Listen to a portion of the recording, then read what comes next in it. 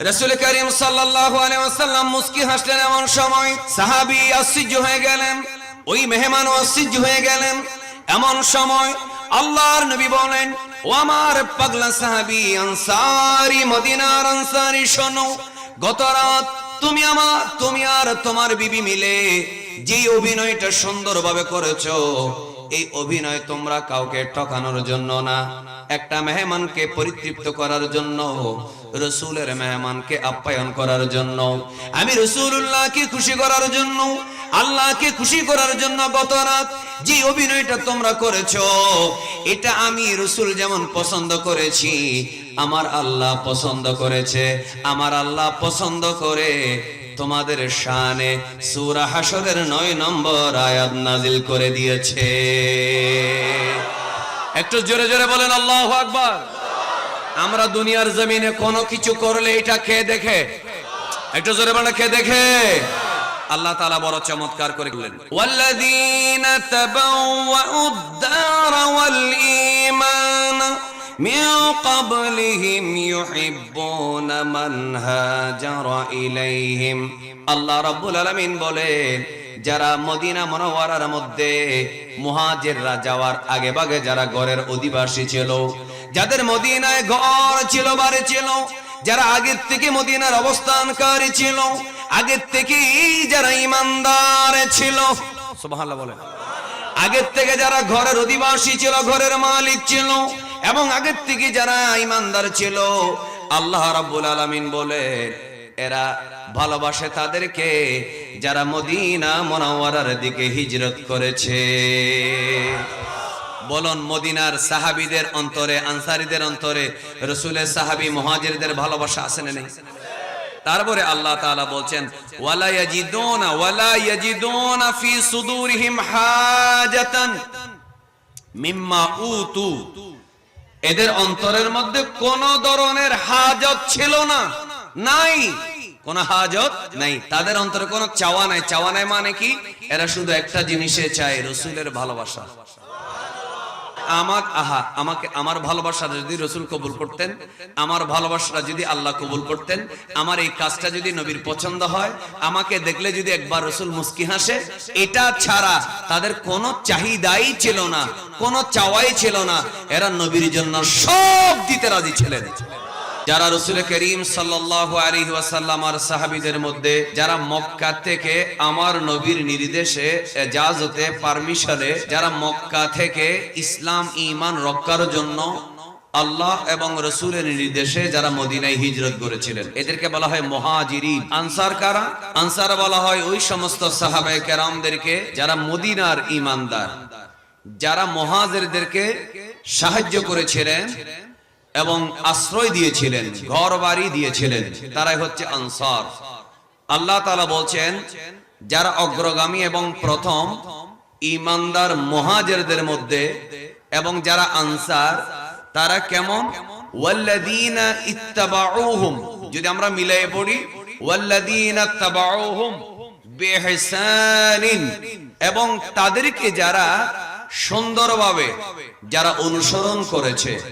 আল্লাহ বলেন, রাদিয়াল্লাহু আনহুম, আল্লাহ তাদের উপরে সন্তুষ্ট, ওয়া রাদু আন, তারাও আল্লাহর উপরে সন্তুষ্ট। একটু মহব্বতের আওয়াজে বলে সুবহানাল্লাহ। তাহলে আল্লাহ তাআলা বলছেন, যারা মুহাজির এবং আনসারদের মধ্যে প্রথম এবং যারা তাদেরকে অনুসরণ করেছেন, দল কয়টা? দুইটা। একটু জোরে বলেন, কয়টা? যারা আনসার আর মুহাজির, এমনি তো মুহাজির একদল, আনসার আর একদল, দোনো দলেই হচ্ছেন রাসূলের সাহাবী। একটু মহব্বতে বলেন মারহাবা, বলেন না রাসূলের সাহাবী। সাহাবী কাদেরকে বলা হয়?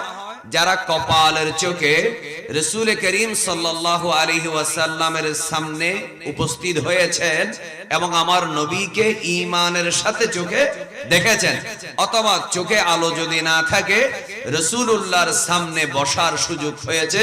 একটু মহব্বতের আওয়াজে বলেন সুবহানাল্লাহ। কারণ আমরা সব সময় একটা কথা বলি, যারা রাসূলকে কপালের চোখে দেখেছেন ঈমান সহকারে, তারা সাহাবী। তাহলে অন্ধ সাহাবীর কি হবে? অন্ধ সাহাবী তো রাসূলকে দেখেন নাই, তাহলে বোঝা গেল তিনি কপালের চোখে না দেখলেও কলবের মহব্বতের চোখে দেখেছেন। একটু মহব্বতে বলেন সুবহানাল্লাহ। এজন্য খুব মনোযোগ রাখবেন। আল্লাহ তাআলা বড় চমৎকার করে বলছেন, যে সমস্ত মুহাজির এবং আনসার প্রথমে ঈমান এনেছে। কারা? প্রথমে যারা কি এনেছে? ঈমান এনেছে। এবং এদেরকে যারা অনুসরণ করেছে, তাহলে দল কয়টা হয়ে গেল? দুইটা। কতগুলো হচ্ছে প্রথমে আর কতগুলো হচ্ছে তাদের অনুসরণে। আল্লাহ তাআলা বলছেন, আল্লাহ সব সাহাবীর উপরে রাজি। যাদের উপরে আল্লাহ রাজি, একটু সবাই জোরে বলুন, ওই সমস্ত সাহাবে কেরামের ব্যাপারে কোন ধরনের সমালোচনা, কটু মন্তব্য করা যাবে। প্রথমেই আমরা কোরআনের আয়াত থেকে পেয়ে গেলাম কেন রাজি, কেন রাজি, কেন আল্লাহ তাদের উপরে রাজি, কেন তারাও আল্লাহকে পেয়ে খুশি। এটার কিছু ঘটনা হাদিস থেকে এবং তারিখের কিতাব থেকে আমরা বলবো। একটু জোরে বলেন ইনশাআল্লাহ। এই কথা বলার পরে আল্লাহ তাআলা বড় চমৎকার করে বলেন, ওয়া আ'আদ্দা লাহুম জান্নাতিন তাজরি তাহতাহাল আনহার। আবার অনেকে মনে করবেন মিন তাহতিহা। মিন তাহতিহা অনেক আয়াতে আছে, এই আয়াতে মিন নেই। বলেন এই আয়াতে মিন নেই। আল্লাহ বলেন ওয়া আ'আদ্দা লাহুম জান্নাতিন। একটু মহব্বতে বলবেন না সুবহানাল্লাহ। আল্লাহ রাব্বুল আলামিন বলেন ওয়া আ'আদ্দা লাহুম জান্নাতিন তাজরি তাহতাহাল আনহার খালিদিনা ফিহা।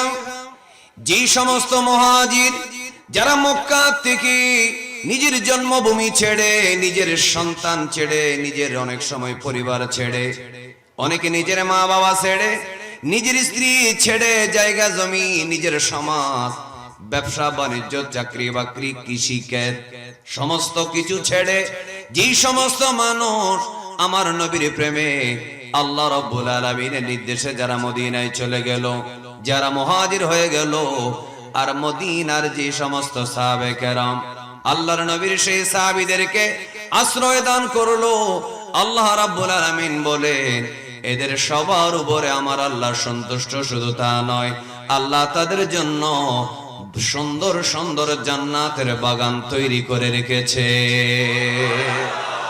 বেহেশত তৈরি করেছেন কে? আওয়াজটা জোরে বলতে হবে। বেহেশত কে তৈরি করেছে? কাদের জন্য? আল্লাহ রাসূলের সাহাবীর জন্য। সুবহানাল্লাহ বলেন। এখন এক দল বের হয়েছে যারা বলে রাসূলের সাহাবী যারা প্রথমে ঈমান এনেছে তারা ফার্স্ট ক্লাস, যারা প্রথমে সাবেকুনাল আউয়ালুন তারা ভালো, আর যারা পরে আসছে তারা ভালো না। একটু নাউজুবিল্লাহ জোরে বলেন। অথচ আল্লাহ কি বলেছেন? ওয়াল্লাযীনা তাবাউহুম বিহিসানিন। আগে যারা পরে যারা, বলেন আগে যারা, সবার উপরে আল্লাহ রাজি। জোরে বলেন সবার উপরে কে রাজি? আল্লাহ রাজি। শুধু তা নয়, আল্লাহ বলছেন সবার জন্যই বেহেশত। যারা বলেন সবার জন্য কি? বেহেশত। এরপরে আল্লাহ তাআলা বড় চমৎকার করে বলছেন ওই জান্নাত তাজরি তাহতাহাল আনহার, যেই জান্নাতের নিচে শরাবের নহর। দুনিয়ার মদ নয়, আবার অনেকে মনে করে মদ না, খামার মানি এটা এমন শরাব যেটাতে আল্লাহ দেখার নেশা বেড়ে যাবে। দুনিয়ার মদের কারণে আল্লাহ থেকে, নামাজ থেকে মানুষ দূরে যায়, আর বেহেশতের শরাব পান করলে খোদার প্রেমে শরাব পিয়ে বেহুশ হয়ে রই পড়ে। একটু মহব্বতে বলেন না মারহাবা। এটা কবি নজরুলের জন্য দিলাম মারহাবাটা। তো কি বললাম তাহলে? আর নহর কয়টি? চারটি। জোরে বলেন কয়টি? চারটি। জান্নাত একটা হচ্ছে শরাবের নহর, একটা পানির নহর, আর একটা হচ্ছে মধুর নহর, আর একটা দুধের নহর। একটু জোরে বলেন আল্লাহু আকবার। আল্লাহ রাসূলের সাহাবে কেরামের জন্য। এরপর আল্লাহ বলেন খালিদিনা ফিহা আবাদা, তারা সেই জান্নাতে চিরস্থায়ীভাবে থাকবে। সুবহানাল্লাহ। এরপর আল্লাহ বলছেন যালিকাল ফাউজুল আযীম, এইটি হচ্ছে এই সাহাবে কেরামের জন্য বড় সাফল্য। বলে না কি সাফল্য? বড় সাফল্য। একটা আয়াত আমরা পেলাম, এই আয়াতের মাধ্যমে আমরা জানলাম রাসূলের সাহাবীদেরকে আগে পরে, এরা ভালো এরা খারাপ, এরা উত্তম এরা অধম, এই ধরনের ক্লাস করার অধিকার কি কোনো উম্মতের আছে? সবার আওয়াজ পাই নেই। এই ধরনের ক্লাস করার কোনো অধিকার কি কারো আছে? কারণ সমস্ত সাহাবীরা জান্নাতি, এই কথাটা বলেছেন আল্লাহ। এজন্য আমরা একটা কথা বলি, আমার আগের বক্তা কোন বিষয়ে ওয়াজ করেছেন আমি জানি না, আমি তো দৌড়ে দৌড়ে কোনো মত আসছি। এই আয়াতের আলোকে একটা স্লোগান দিই, হর সাহাবী এ নবী জান্নাতি জান্নাতি। বলেন হর সাহাবী এ নবী। সবার আওয়াজটা না পেলে আমি কেমনে কথা বলবো? জোরে বলেন না, হর সাহাবী এ নবী। এই জান্নাত, আমরা কি জান্নাতি বলার কারণে ওরা জান্নাতি হয়ে যাচ্ছে, নাকি এদেরকে জান্নাতি হিসেবে বানাইছে আল্লাহ? বলেন কে বানাইছে? এজন্য আরো দুইবার স্লোগান শুনবো, হর সাহাবী এ নবী। আরো জোরে, হর সাহাবী এ নবী। এবার মহব্বতে বলেন মারহাবা। আসুন একটা আয়াত আমরা পেলাম, এই আয়াতটি পড়লাম, এটা হচ্ছে সূরা তাওবার আয়াত নাম্বার 100 সুবহানাল্লাহ বলেন। এরপর আমরা একটা আয়াত দেখবো ইনশাআল্লাহ, সূরা হাশর আয়াত নম্বর হচ্ছে 9। আলহামদুলিল্লাহ বলেন। এই আয়াতটা তেলাওয়াত এবং অনুবাদ করার আগে আমরা একটা ছোট্ট একটা শানে নুজুল আমরা দেখি, একটু জোরে বলেন ইনশাআল্লাহ। রাসূল করিম সাল্লাল্লাহু আলাইহি ওয়াসাল্লাম মদিনা শরীফে মসজিদে নববীতে বসা, এমন সময় মক্কা থেকে এক মুহাজির, অর্থাৎ মদিনার বাইরের থেকে একজন লোক মদিনায় আসলো। কোথায় আসলো? মদিনায়। তো মদিনায় আসার পরে উনি ক্ষুধার্ত ছিলেন, মেহমান ছিলেন, নতুন আগমন করেছেন মদিনায়। তো রাসূল করিম সাল্লাল্লাহু আলাইহি ওয়াসাল্লাম বললেন, আমার এই সাহাবী যে নবাগত মুসলিম, মদিনার জন্য আগন্তুক নতুন, এই লোকটাকে কে মেহমান বানাইবা? সুবহানাল্লাহ বলেন। সূরা হাশরের 9 নম্বর আয়াতের তাফসীর আপনারা দেখবেন, পড়াশোনা করবেন। যারা শিক্ষিত ভাইয়েরা, আমার স্কুল কলেজের মাদ্রাসার ছাত্র ভাইয়েরা লেখাপড়া করবেন, বুঝবেন। একটু জোরে বলুন, রাসূলের সাহাবীদের ত্যাগ, তাদের অবদান, তাদের কষ্ট, তাদের পরিশ্রম, তাদের বুকের তাজা রক্ত ঢেলে দেওয়া, এগুলোর সাথে গোটা পৃথিবীর কোন মানুষের সাথে তুলনা দেওয়া যাবে? মনোযোগ। তো ওই সাহাবী ঘরের মধ্যে কি আছে নাই তিনি জানেন না। রাসূল বলেছেন এই লোকটাকে কে মেহমান বানাবা?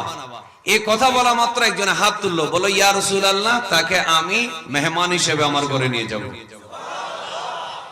এই কথা বলার পরে ওই সাহাবী তিনি ওই মেহমানটাকে ঘরের মধ্যে নিয়ে গেলেন, নিয়ে সামনের রুমে, আপনারা যেটাকে ড্রয়িং রুম বলেন, সেখানে বসালেন।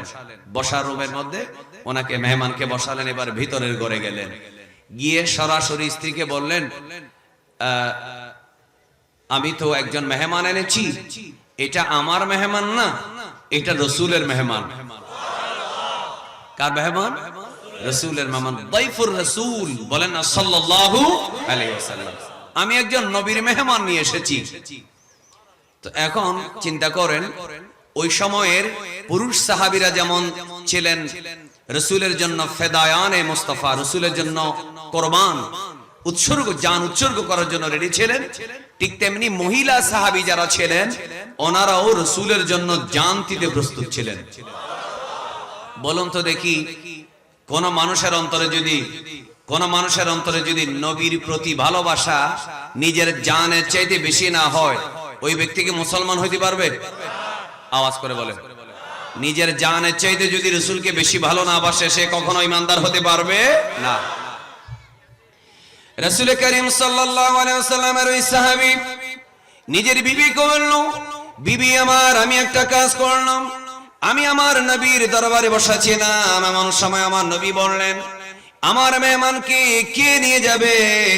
তখন আমি কোনো কিছু চিন্তা করলাম না, একবার চিন্তা করলাম, রাসূলুল্লাহ বলেছেন আমার মেহমান। রাসূল যেমন দামি, রাসূলের মেহমানও দামি।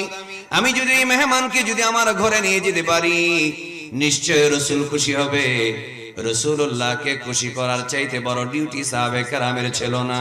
এই জন্য ওই মানুষটা বলল, বিবি রে, ঘরের মধ্যে খাবার কি আছে তাড়াতাড়ি দাও। এটা রাতের বেলা ছিল, একেবারে রাতের বেলা ছিল। এমন সময় বিবি ডাক দিয়ে বলো, স্বামী আমার শুনুন, আমাদের ঘরের মধ্যে আজকে আমার জন্য আপনার জন্য তেমন কিছুই নেই, কিন্তু আমার বাচ্চার জন্য কিছু খাবার আছে। এখন আমি কি করব? আমার বাচ্চা তো না খেয়ে থাকবে। এমন সময় হঠাৎ করে স্ত্রী চোখের পানি ছেড়ে দিয়ে বললেন, যেহেতু আমার নবীর মেহমান এনেছেন, আমি আমার বাচ্চাকে কোন ক্রমে হাত বুলিয়ে সান্ত্বনা দিয়ে আমি আমার বাচ্চাকে ঘুম পাড়ায় রাখবো, আর আমার সন্তানের খাবারটা আমি রাসূলুল্লাহর মেহমানের সামনে দিয়ে দেব। একটু জোরে বলেন আল্লাহু আকবার। আমি রাসূলের মেহমানের সামনে দেব। একেবারে সংক্ষেপ করে বলবো। এই কথা বলার পরে তখন স্বামী বললেন, বিবি রে, তুমি তো বলেছো রাসূলের মেহমানকে তোমার বাচ্চার খাবার দিয়ে দিবে, কিন্তু মেহমান তো আমি সহ না বসলে খাবে না। সুবহানাল্লাহ বলে। মেহমান তো আমি সহ না বসলে খাবে না। খাবার আছে একজন বয়স্ক লোকের নয়, একজন শিশু, হয়তো ছোট বাচ্চা, এটা একেবারে কোলেও হতে পারে বা আর একটু বড় হতে পারে, বাচ্চার। এখন খাবার করতে হবে কয় ভাগ? 2 ভাগ। এখন 2 ভাগ করলে তো মেহমানের তৃপ্তি হবে না, কোন মতে একজনে খেলে কোন মতে চলবে, রাতটা কাটাই দিতে পারবে। এখন আমি যদি তার সামনে বসি, আমি যদি প্লেটে কিছু না আনি, সে তো খাবে না। এমন সময় স্ত্রী হঠাৎ করে চিন্তা করলো, যেমন স্বামী জান্নাতি তেমন স্ত্রী জান্নাতি। একটু মহব্বতে বলবেন না সুবহানাল্লাহ। এটা সূরা হাশরের 9 নম্বর আয়াতের তাফসীর বলছি, সাবাবে নজুল। এবার আমরা আয়াতের অর্থটা বলবো।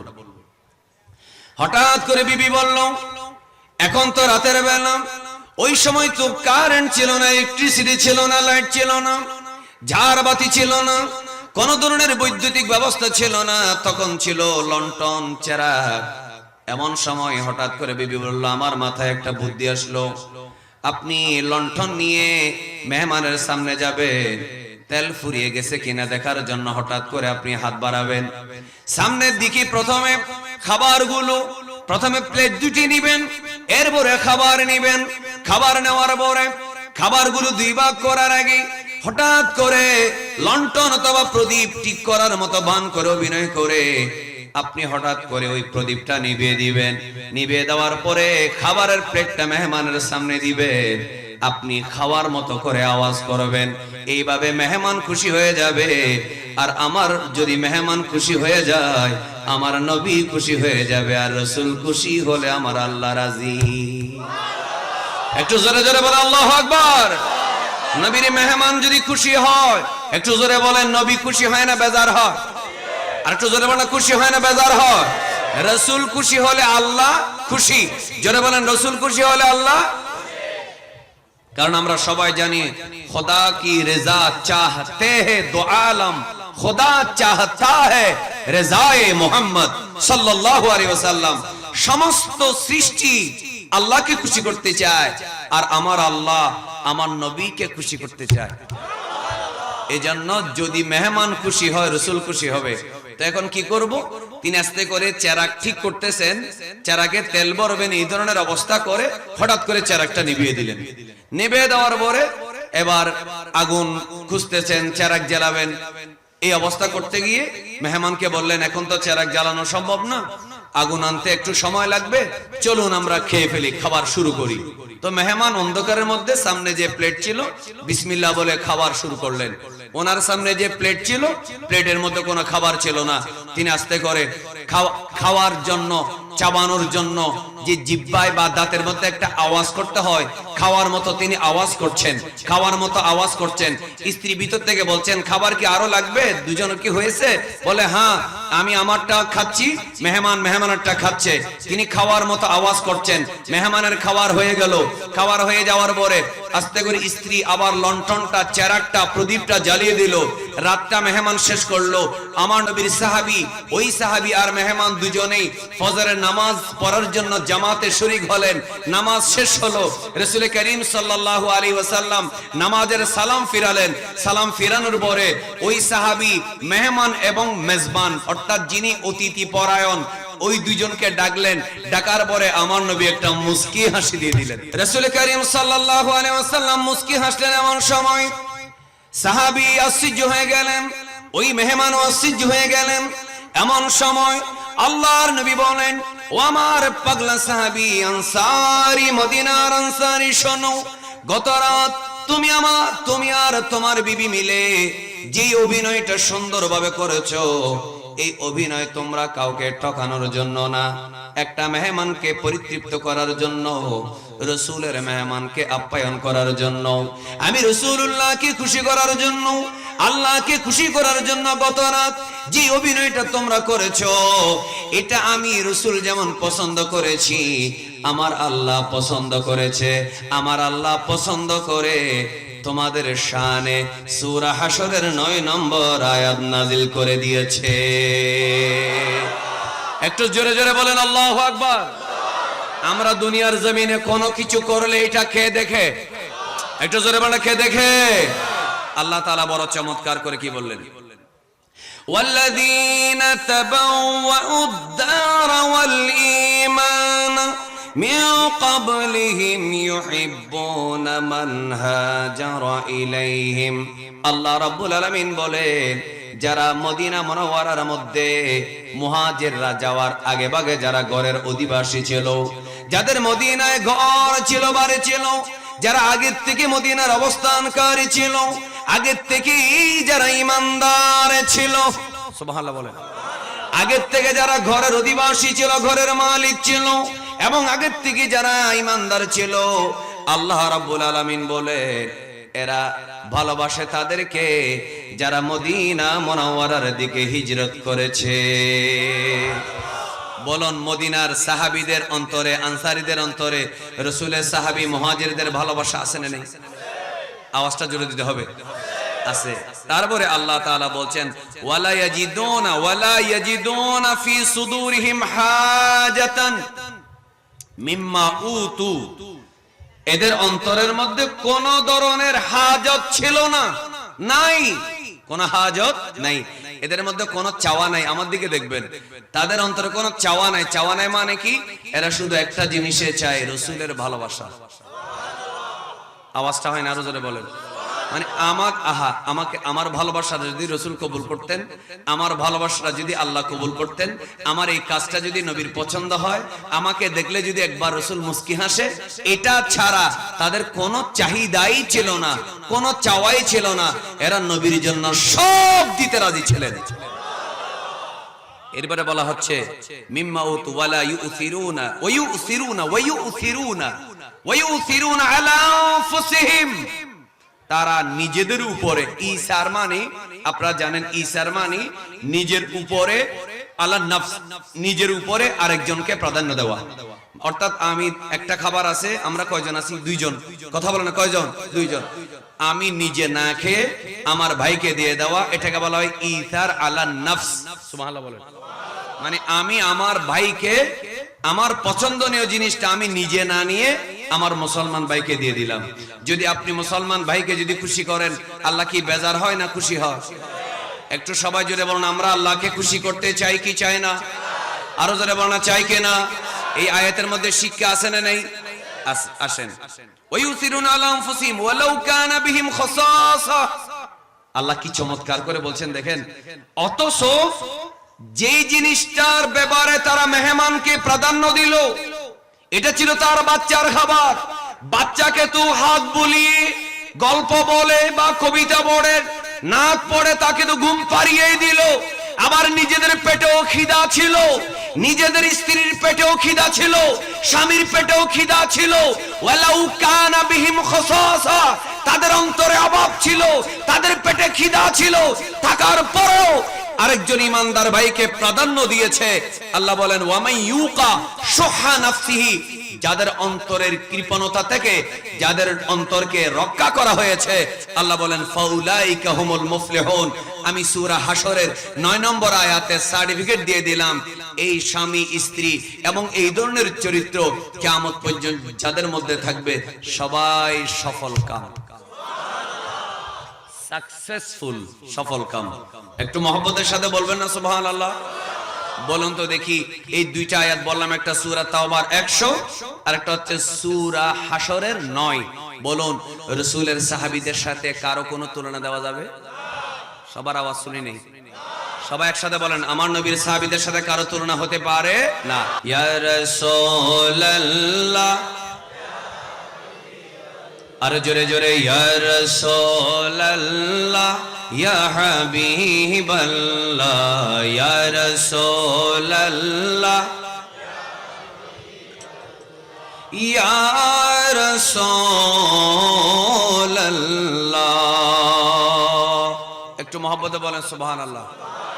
তুমি জীবন তুমি মরণ, আধার ঘরে তুমি আপন, তুমি জীবন তুমি মরণ, আধার ঘরে তুমি আপন, তুমি মোদের পারের তরি, তুমি মোদের,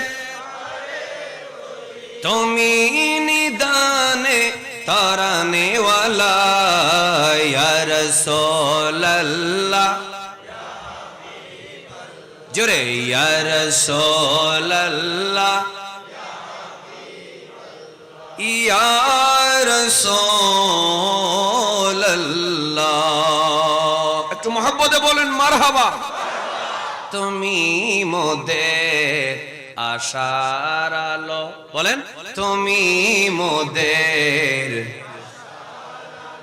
তাই তো তোমায় বাসি ভালো, তুমি মোদের আশার আলো, তাই তো তোমায় বাসি ভালো, হৃদয় নামের ফুলদানিতে, হৃদয় নামের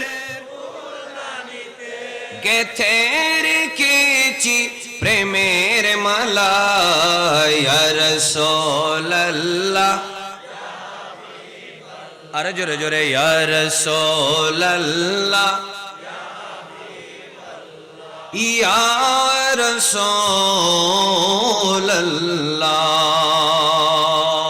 আর একটু মহব্বতে বলেন মারহাবা। আল্লাহ সবার এই মহব্বতকে কবুল করুক, আমিন বলেন।